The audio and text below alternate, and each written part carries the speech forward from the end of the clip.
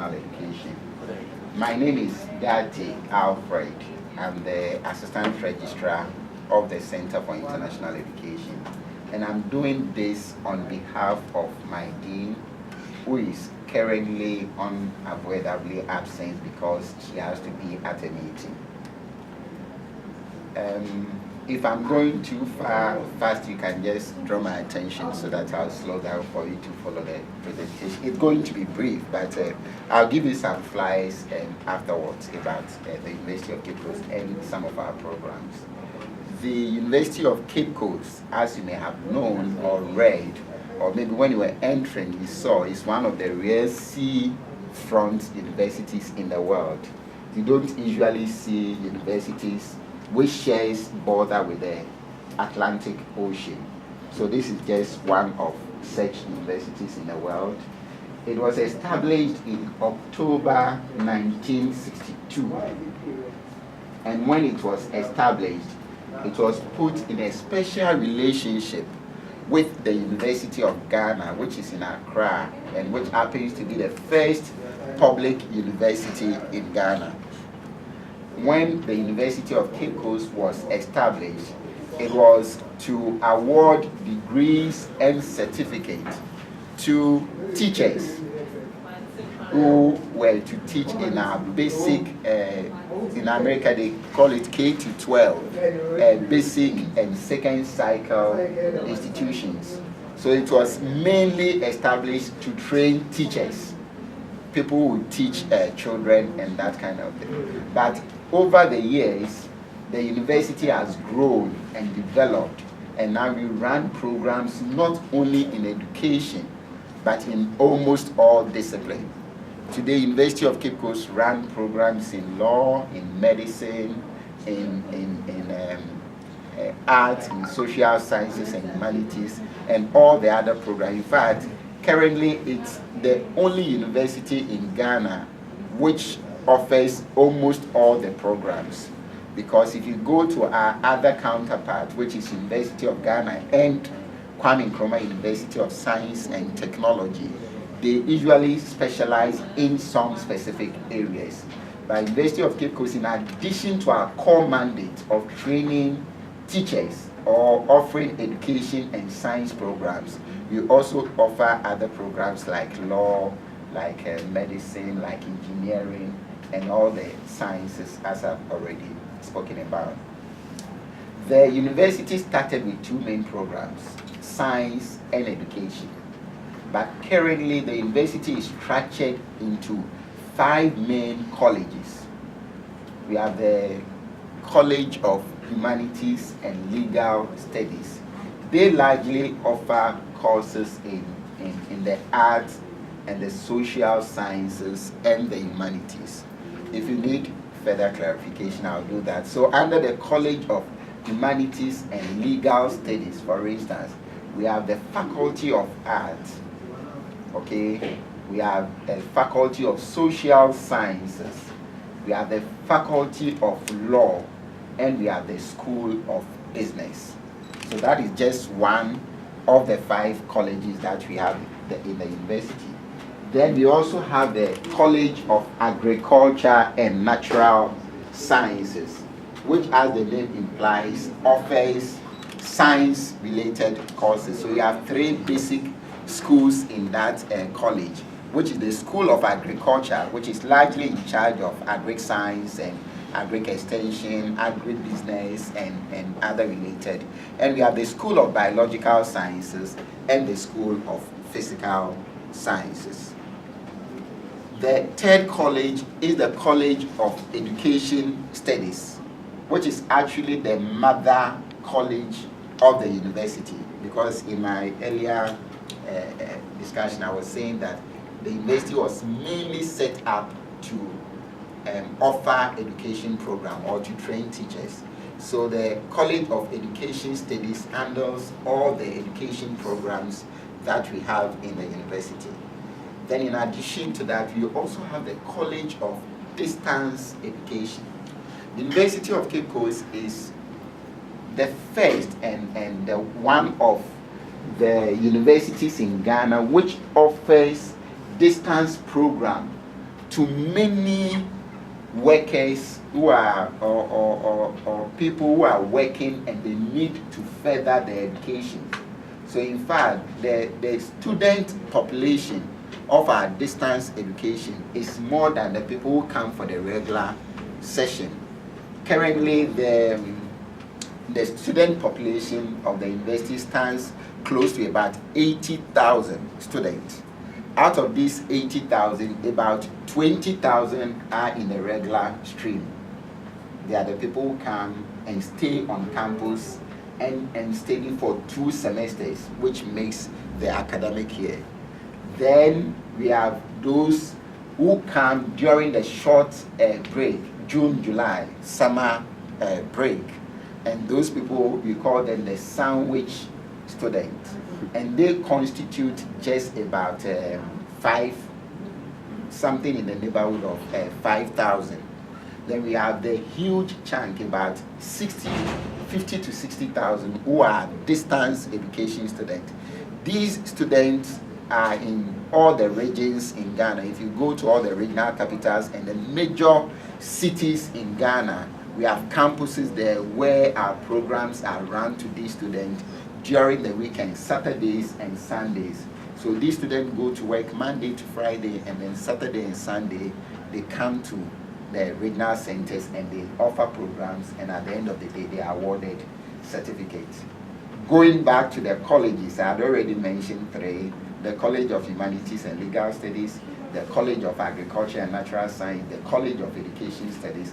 The third college is the college, fourth is the College of Distance Education, which I've already spoken about. And then the final college is the College of Health and Allied Sciences. They offer the medicine, nursing, and something related to medicine. In addition to this, each college is headed by a provost. And under each college, we have schools, faculties, and departments. Now, the university in general, just as you have in your institution, I'm sure maybe you have a president or something, but in Ghana, universities are headed by vice chancellor. So we have a vice chancellor. I won't bother you with the name, but it's the person of Professor Gatti Ampia. We have a pro-vice chancellor, and then we have a registrar who manage the affairs of the university. Basically, this is something small about the University of Cape Coast. But specifically, if you come to the Center for International Education, which you are here today, it's a special unit which coordinates and facilitates all programs related to international education. So the sole function, or the main function of this center, those of us here, is to manage and coordinate and support international programs. So we are in charge of student exchange, we are in charge of facilitating or coordinating, developing MOUs, Memorandum of Understanding, agreements with other partner institutions. We are in charge of student exchange, faculty exchange, organizing international seminars and things like that. And the center was established in 1994 to take care of some of these activities.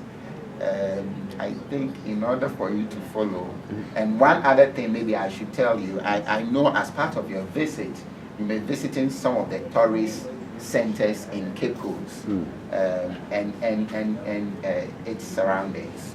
You have to go to the castle, Cape Coast Castle, you have to make time to visit the Elmina Castle, and possibly you have to go to Kakum National Park. You will have a lot of fun. So Cape Coast, or University of Cape Coast, is surrounded by a lot of tourist centers which make students relax or give students some realization when they are here, and tell them to enjoy their studies a lot.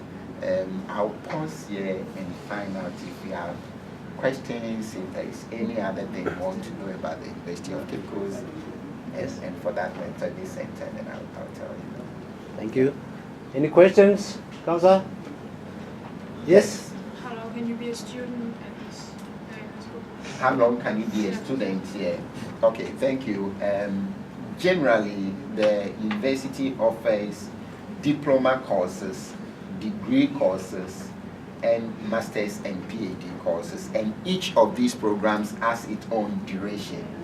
For instance, a typical diploma course is for 3 years, and for a degree you need to do it for 4 years. That is for a regular program.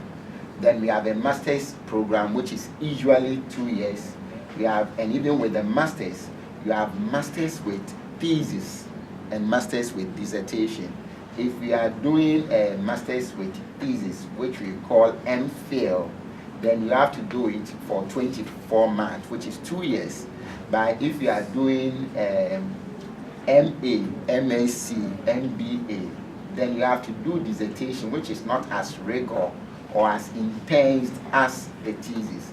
And for that matter, you can do it for 1 year or 18 months.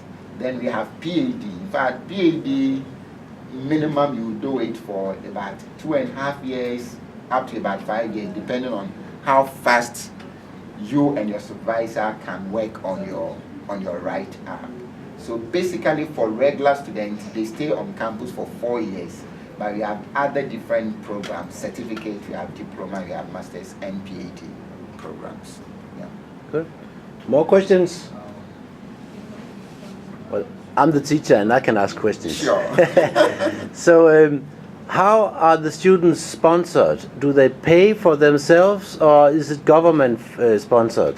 Okay, thank you for that question. University of Cape Coast is a public university, or is a government university, and for that matter, their fees are highly subsidized by the government.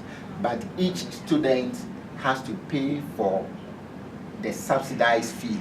So each student pays some fees for the running of the program, but that is highly subsidized. For instance, the fees our students pay is just about a quarter or less than what you will usually pay in a private university. So they pay fees, but it is highly subsidized. What kind of education must you have to apply to enter the university? Okay, thank you very much. Of course, this again will depend on the program you want to offer. But generally, if you are coming to offer a degree program, which is largely or by far the program most students come to, then you have to go through a second cycle institution, which we call SS or senior high school. So you go for a senior high school for about 2.5 to 3 years. Then when you finish, you apply based on your grades. Then you'll be selected to offer the program in the university. Thank you. And do the students live on campus, or are they from all over the place? Or is it local students, or is there even some students from Bolgatanga and Novorongo on the north? Yeah, thank you. And I believe these are questions you want to ask too. For the University of Cape Coast, almost all our first year students are accommodated on campus. Okay. In fact, we don't have enough accommodation for all the levels, but because you are coming to the university fresh, when you come for the first year, you are admitted on campus, and the university has 6 halls of residence and some hostels. So these students are accommodated in the halls of residence and hostels, and then in their second year, some of them are retained and others will have to go to the community to rent hostels for their stay. But like I said, for the distance student, they will be in their homes. If you're a regular student, when you come fresh, when you come for first year, you'll be accommodated on campus. Yeah. Good. Yes? How much do a regular student have to pay to go to the school? for fees, once again, this Yes. also varies on the program of studies. Yeah. For instance, most or the average for most programs will be something in the neighborhood of about 2,000, 3,000 Ghana cedis. That's a little below $1,000. Okay. It's a lot. But how do you call it? If you are offering, say, medicine or law, then it's a fee-paying program, and their fees is a little higher than what the normal regular student pays. Yeah. Do you have any partner universities in Europe, Asia, or America? Yeah, thank you very much. The University of Cape Coast, and for that matter, this center has a lot of partners. I must say that not all of them are active, but we have partners in the States or America, we have partners in Europe, we have partners in Asia, and almost African, and even in Ghana. So if you go out and then you see the banner there, you see some of our partner institutions. I don't know unless you are speaking, but you are coming from Denmark. Copenhagen University. Copenhagen University. We have a very strong collaboration with them last year, and that is what is his name? Emmanuel. Emmanuel, yes. Emmanuel was in Copenhagen for a semester exchange. Business school. Business yes. for a semester program. And in fact, there is even a discussion to strengthen that collaboration to bring more students. We have a lot of partnerships in the United States of America. We have a lot of partnership in Europe. We have a lot of partnership in Asia as well. And do you? Yes, one more. How old are a regular Student. A regular student, let me see, 12 classes, 15 GHS, but it will be around 18 years. 18, you will enter first year. Some can do it in 16, 17, and maybe for the highest, it's up to you. But mostly it will be between 16, 17, 18, mostly. But it depends on how fast maybe your parent took you to school, or how fast you yourself will learn to be able to. Because at this place we allow students in the second cycle school to take result at any point in time. So if you are in first year or second year and you feel you are prepared to write the final exams, you are given the opportunity, and when you write the exams and you qualify, you can come to the university. So you've been going to school for 16 years before you go here? No, you don't. You or is go that to the age? school, it's age. Okay. But basically, apart from preschool, you do 6 years primary. Yeah. 3 years junior high school, another 3 years senior high school, which is 12, plus maybe 2 years preschool, making 14, and then another 4 years, which will be at home. Yeah. Okay. Thank you very much for for answering our questions and having the time. Should we take a tour at the campus, or? Yeah, that would be lovely. Isaac will do that with you. But Okay. before you do that, these are some